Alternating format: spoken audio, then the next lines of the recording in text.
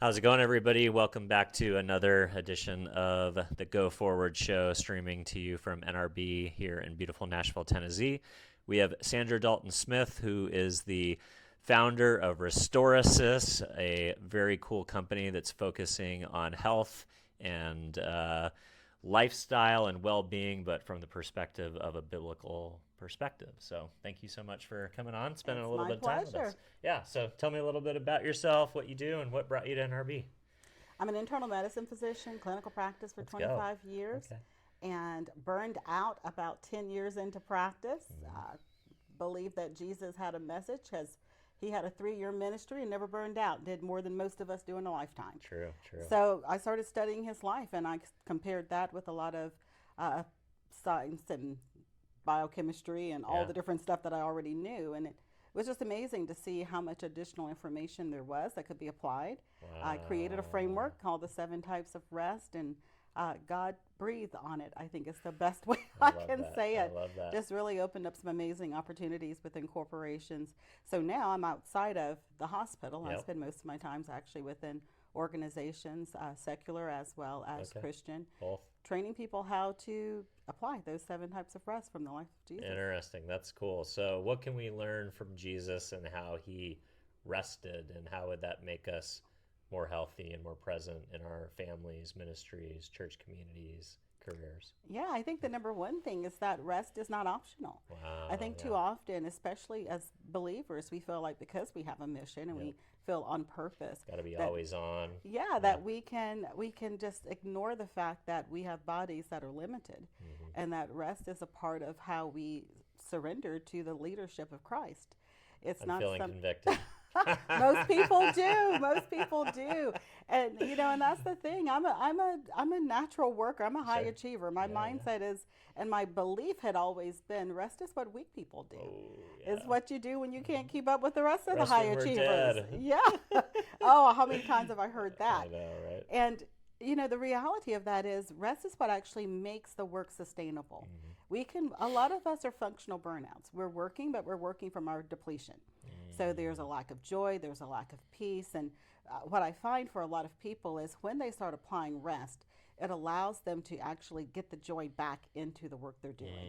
So they're not angry Christians, Yeah. depleted and mad, but they actually have the fruit of the Spirit because they're actually spending time in abiding and cultivating. Ugh, I love that.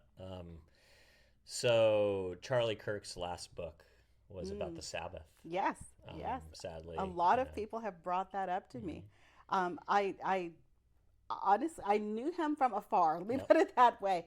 I don't see a lot of media, honestly. And so it was really interesting when I started looking over his life after his death. Yeah. I was shocked at how much of a rest advocate he was for me not to actually have known him. Yeah. And so a lot of people started mentioning his book to me. And when I started looking at it, he was taking a message that I feel like really has the power to change the world. And interestingly enough, the secular world adapted to my book, which over half of it talks about Jesus before the church ever did. That's wild. The book came out back in 2017.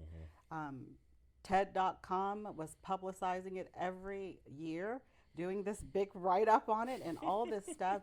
I mean, not even Fortune 500, Fortune 100 companies Yep. were having me doing global projects with them. And half the book talks about Jesus. That's amazing. And the church pushed back. And it was really interesting because I did not expect that. Yeah. But I had an opportunity to speak at a senior pastors event. Lots of senior pastors of, gigantic to small churches. And it was interesting to hear them really struggle with rest because they don't do it.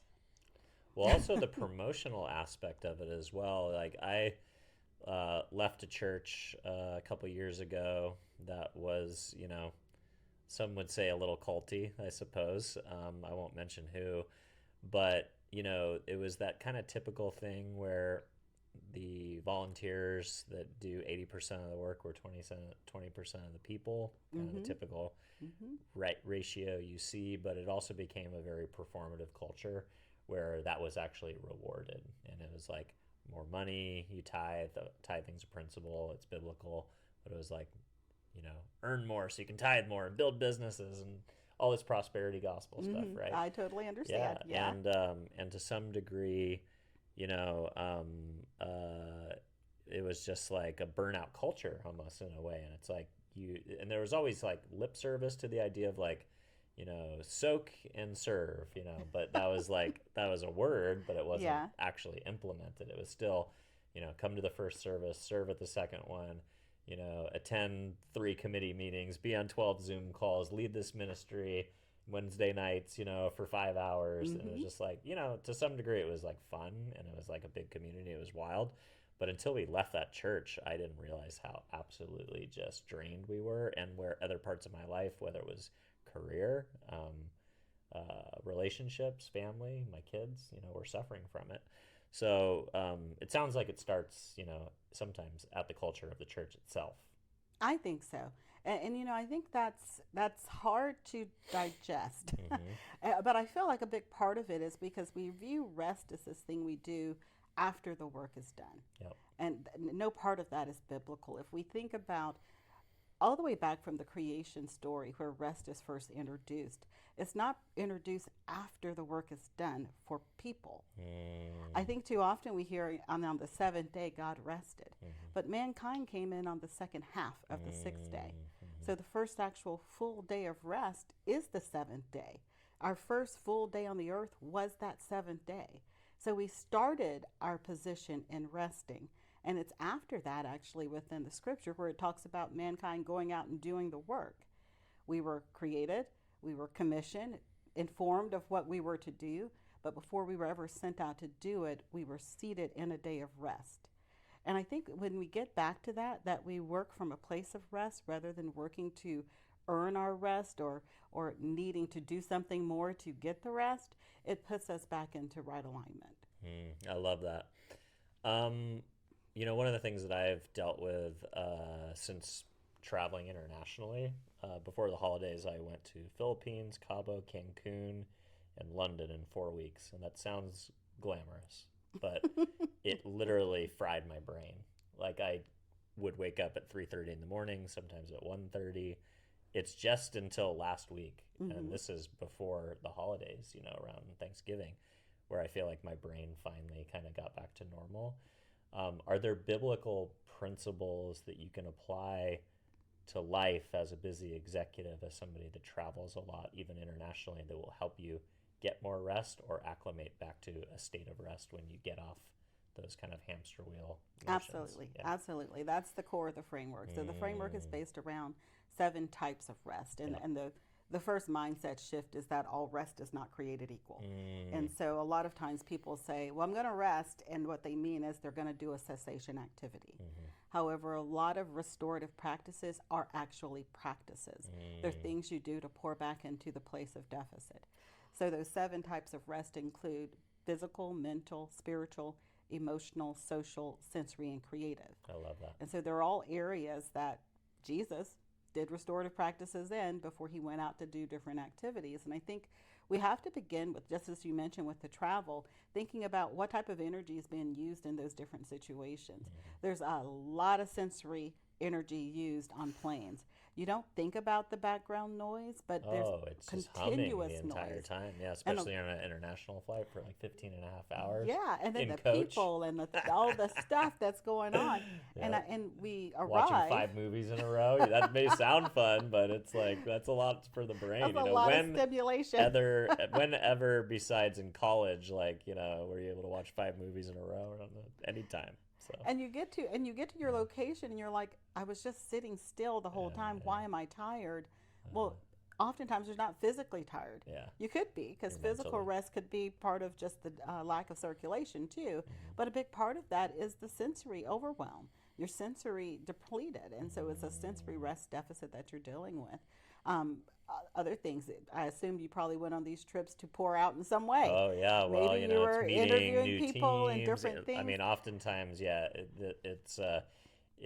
travel precipitates, you know, 40 of these conversations over 3 days. But which is creative energy. To some degree, I get built up by that, but by the end of it, I'm like, And that's the put thing. me in Right now, you're using a large amount of creative energy. It takes creative energy to come up with the questions, to problem solve, and to do all the things that have to happen to keep all the wheels moving. And we don't think about, how do I pour back into that creative reservoir now that I've drained it and depleted it? And so, creative rest for a lot of people, we see Jesus going away into beautiful places.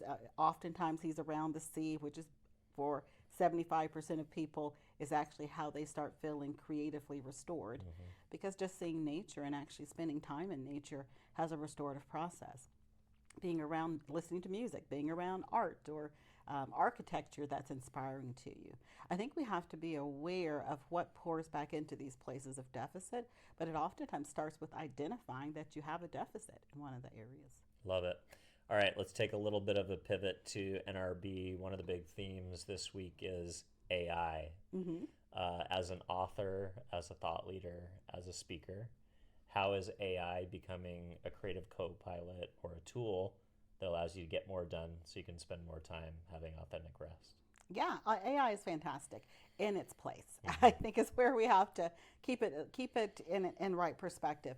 I think it's really helpful for doing research crunching. My background's in biochemistry, and I'm of an age where I big swaths of data, you can that chunk it in together there, and synthesizing it down to it's its core fantastic. insights. I mean, even down to, my husband's in AI, is in IT, so even down to coding, we were talking about the other Vibe day. coding, they call it, right? He's like, you know what? I could do this, but I could build any product you want at this point. I could just plop it over in here and have it do it, and then I double check it like I would an employee. Totally. And I think so it has its place. I think oftentimes as an author, though, I think we have to, if we use it for like data research, or if we're using it to clean up our citation, just clean up our grammar a little bit, you don't want to lose your voice. Yeah, good point. And that's the thing. You don't really want to let it write all your stuff, because you're going to lose a bit of yourself.